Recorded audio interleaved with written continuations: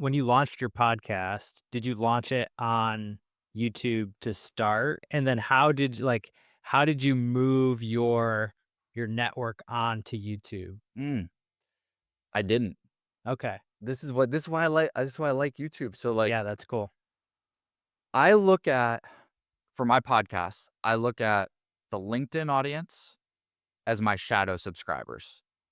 I don't look at them as I'm gonna convert my LinkedIn audience to Spotify or YouTube. I just look at them as like, I want these people on LinkedIn to be my shadow subscribers and get the content from the podcast without ever having to leave LinkedIn. Mhm. Some of them will. I have not seen great data that, like, it's a meaningful percentage to drive long form viewers or subscribers Mhm. from short form. So I like to just think of it that way. Cool. LinkedIn is by itself. They're going to be subscribers of the podcast, even though they don't think of themselves like that. But they're my LinkedIn subscribers. Um, Same thing with audio.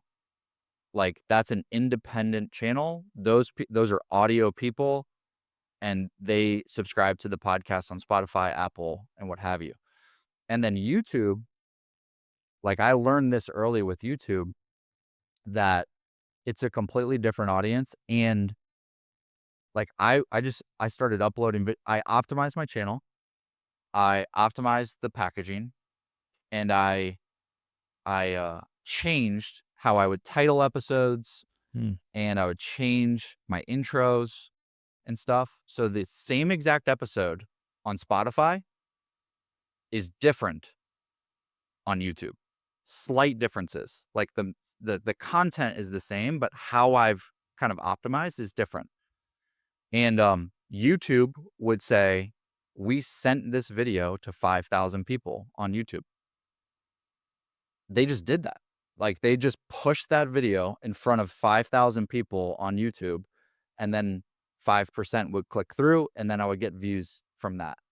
And so they were doing the work for me because YouTube serves the content, like, whereas Spotify does not. And you can see that number of, like, I guess that would be impressions? Impressions, Yeah. exactly.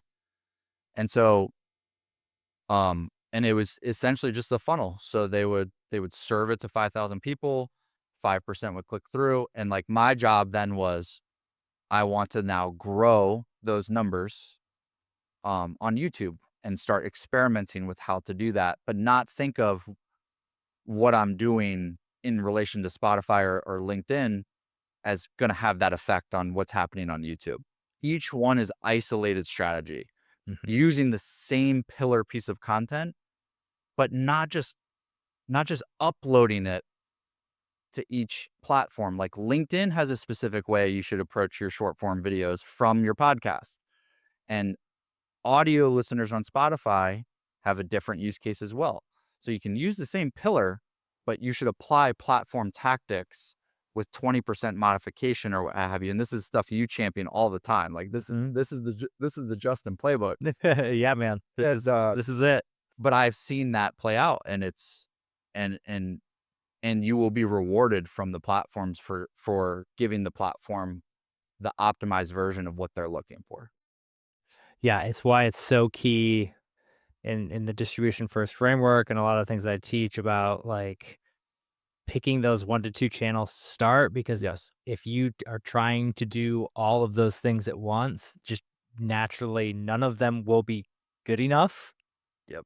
frankly. Like, your LinkedIn content won't be good enough, your emails won't be good enough.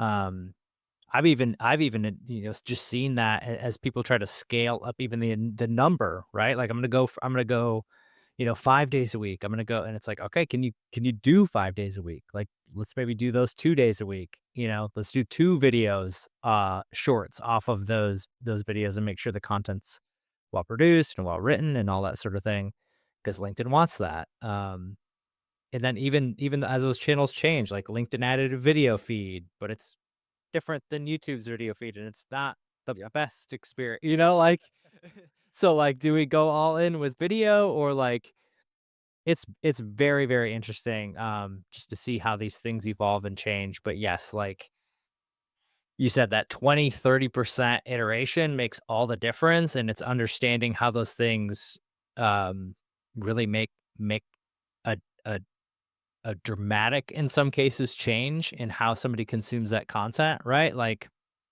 I've even thought about this in as I've experimented of adding the podcast onto YouTube is like, okay, I probably do have to do some lighter editing at the front end than just like, hey, welcome to distribution first. This is the show where we say, whatever. Like, whereas for a podcast and people who are listening, like, okay, let's just get into the show. Let's, do the intro. We're gonna and just start chatting. It's a 20% difference, but it's a different. Yes. Because when they're Experience. on Spotify, they've clicked on the podcast and they're not being pulled to other content on the platform every second. Watch this, It's a watch this. great point. Click off, click off, click off, click off. That's what YouTube is telling somebody when they're watching your video. So you've got very minimal time to deliver on the promise that you promised in the title and the thumbnail. And the more people, like, especially for I'm talking about new people. Like, you will have people who then become subscribers and they're like, "Cool, I know Justin, like Mhm. his episode's gonna deliver. I'm not clicking off." But what we wanna do is use YouTube to acquire new audience members because that's one of the best things that it's designed for. And so we need to optimize our experience for people who have clicked on your video for the very first time. And they don't know anything about you. All they know is they wanna learn something you promised. Mhm. And is it gonna take them 23 minutes to finally get to a piece of they're gonna be gone. They're gonna be gone in 2 minutes. But with Spotify, you have it's harder to get somebody to click because there's no algorithmic push getting your content in front of them. But once you've figured out how to get somebody on Spotify to click, they usually give you much more leeway. And, like, it's a little bit more of, like, that friendship type relationship where you've got a little more time Mhm. to prove value with it before they click off. So Think just that these slight differences. Yeah, just yeah, platform differences. it's also just like the expectation because it's funny, I listen to certain podcasts only on Spotify, and I watch and listen to other podcasts on YouTube. Yes. It's just, like, how that works, and I don't know why, like, psychologically, there's something interesting about why I do that, but yeah, like, the idea of I'm not sure anybody who's just browsing generally is I'm not browsing and really interested in listening to a 52-minute podcast, Exactly. just as I'm browsing my feed in YouTube, but that doesn't mean if there is something that I'm really interested in that I won't, click watch later or just be like, "Oh, yeah, I do wanna watch that," or that it keeps there's been several ones where it just keeps serving it up, and eventually I'll watch it, That's it. or I'll go back, right? And so I think that's the interesting thing too about YouTube is just the ability to, again, let the platform do what the platform was designed to, which is serve it up to people to try to see, which Apple and Spotify just again, Spotify is doing a little bit more. I'm even noticing recently, They to are. recommend different shows and try to do some stuff, but it's nowhere near to where Apple or nowhere near where YouTube is. Yeah.